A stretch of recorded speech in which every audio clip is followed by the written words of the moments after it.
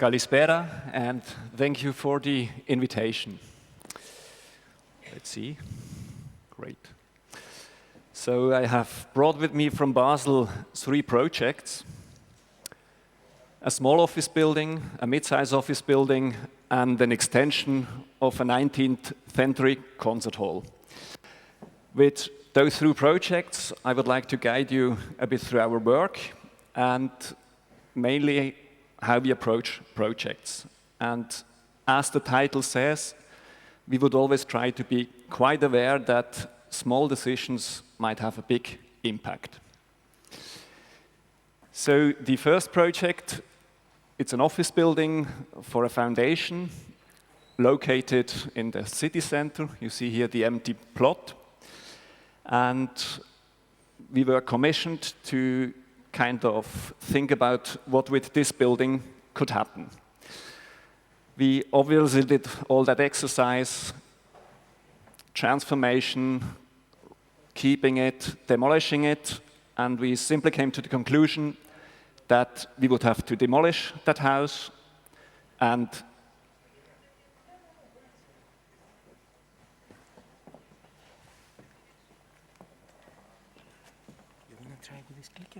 I can try. Thank you so much.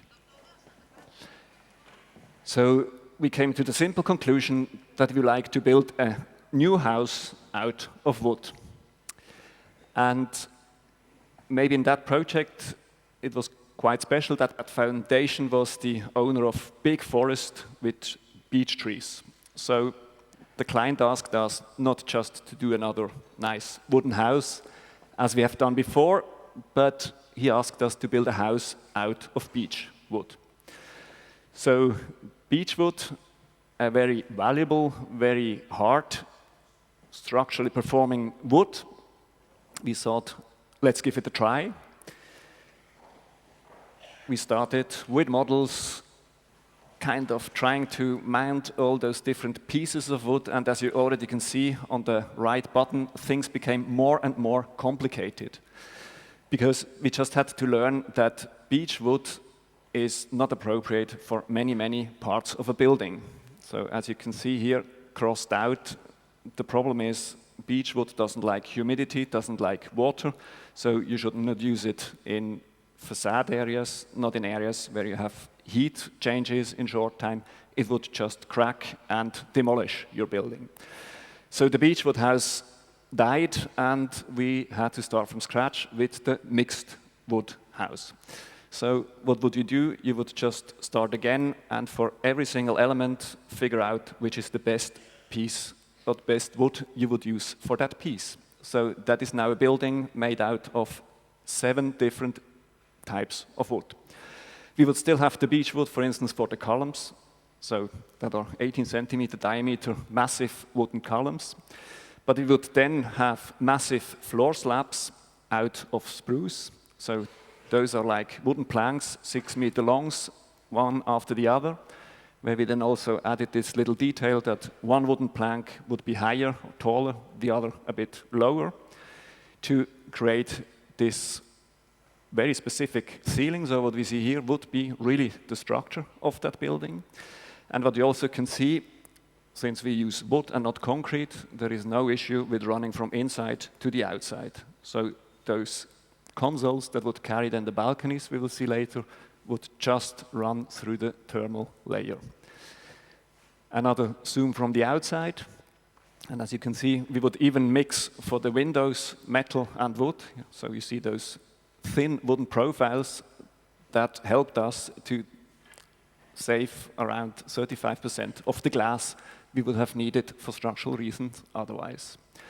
Back in the building, oak floor, and then the other walls, so those back walls. There we really just took simple wooden planks, and with the machine we made small slots, so to create a cavity behind for the acoustic absorption, and then smaller details when you had kind of a switch. You would also already in the design implement those things.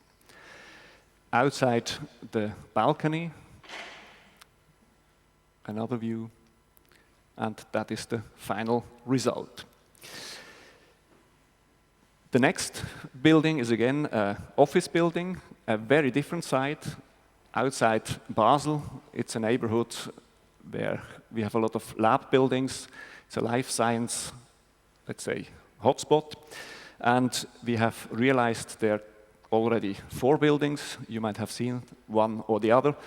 So the question was, just another office building, what would you do?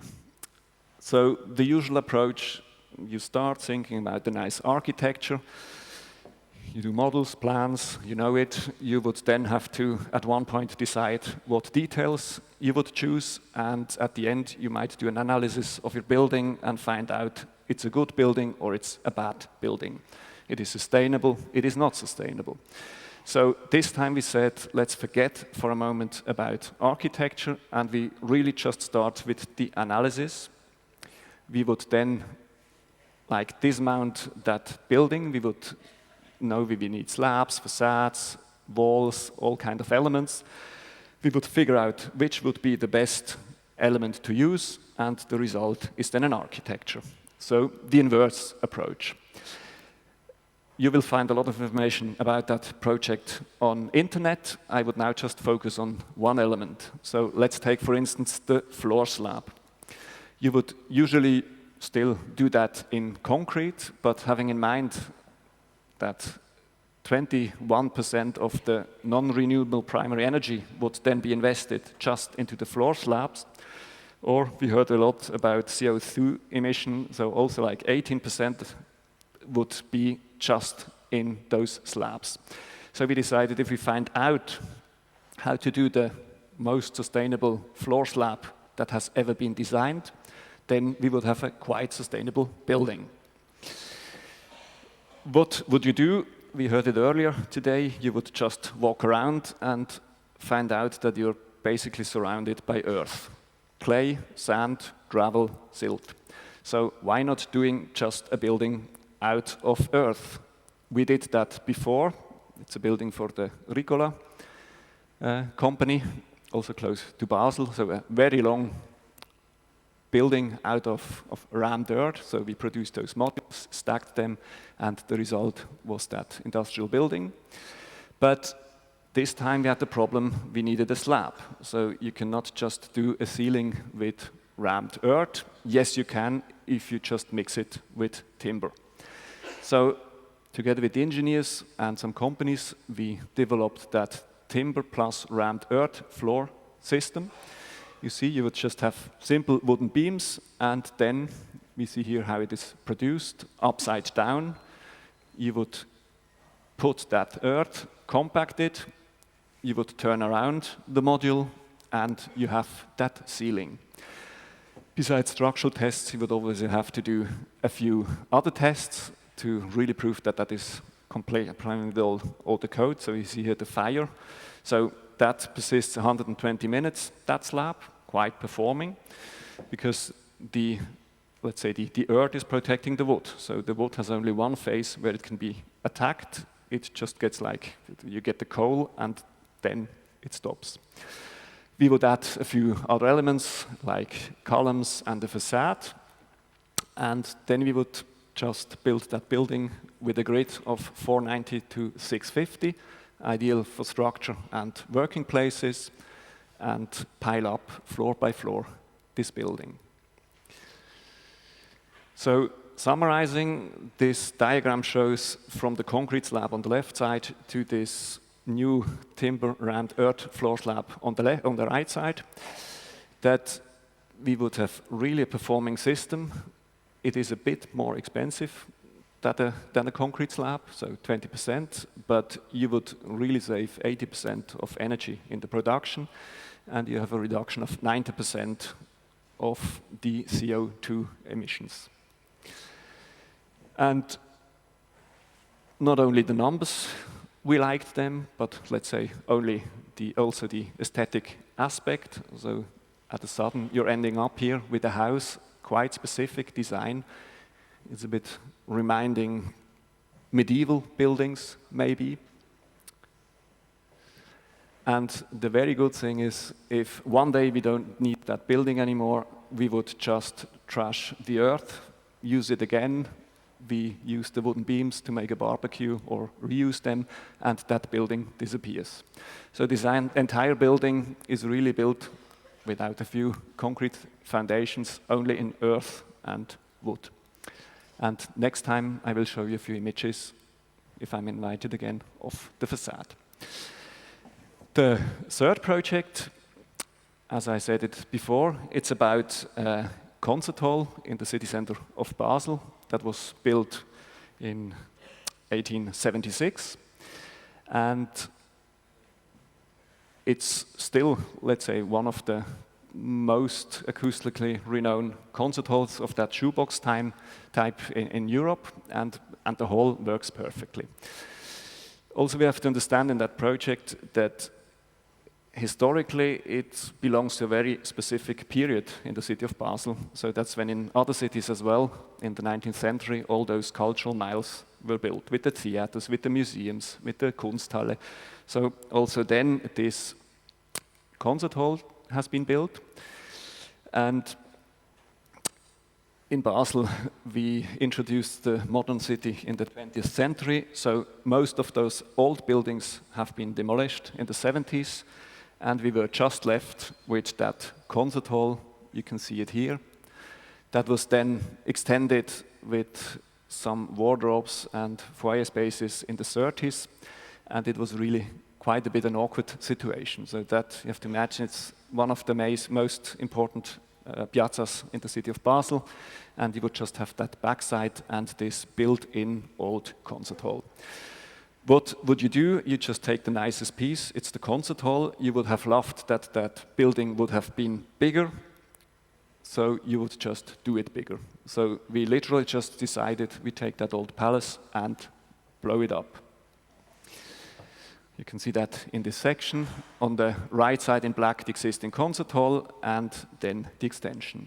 Because this concert hall had a little issue when it was built. There was no money for wardrobes, foyers, backstage, nothing. So they really needed to upgrade that building, and we did it with this extension. But how would you actually extrude a 19th century concert hall? Something that sounds so simple. Obviously, we had the drawing, you said before, also part of the old facade would still exist. And if you get a bit closer, you would also understand this drawing was an idea, so an intellectual effort, but it is not the construction. So we have just here the clay, or the plaster that would imitate a historic stone architecture. If you would zoom even more into that old building, you would find that the whole upper part, the corniche, is just done in wood, painted like it would be stone, and even all the elements, so these stone columns you would find in the hall would actually be made out of wood with a bit of plaster and a nice painting. So we just said this topic, it's something, yeah, you know it here in Greece. Even your temples might have had another origin with all those details. And we said, let's do that facade in wood. So the exercise was, we would just take this like scale of the plaster facade, bring it down to a wooden scale, because you cannot work with wooden planks like that. So we introduced that additional scale. We elaborated the details. Obviously, water is always an issue, so always the inclination to the outside. And we came up with that wooden facade, also like made out of single planks, as you can see, and brushed, which would then, let's say, first impression, it's this 19th century concert hall. And if you go closer, you would figure out that it's the 19th century concert hall extended in the 21st century. Now, I will give you a very quick tour through the building. So inside, that would be the upper foyer in this extension. You would have a big opening that connects the two levels with that chandelier, the lower floor. On the left side, the new facade. On the right side, the existing concert hall, with the entries.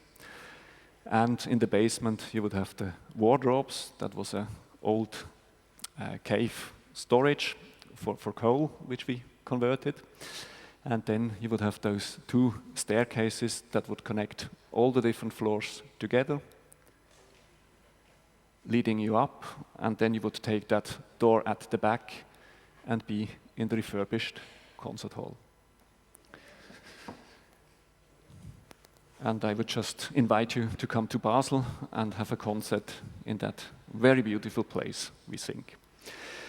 So, yes, as you can see at the beginning, you have to take some decisions, small decisions, because life seems always so complex. It is complex, so try to find a simple, small decision. But yeah, as we see, the impact it might have at the end is usually big. Ευχαριστώ πολύ.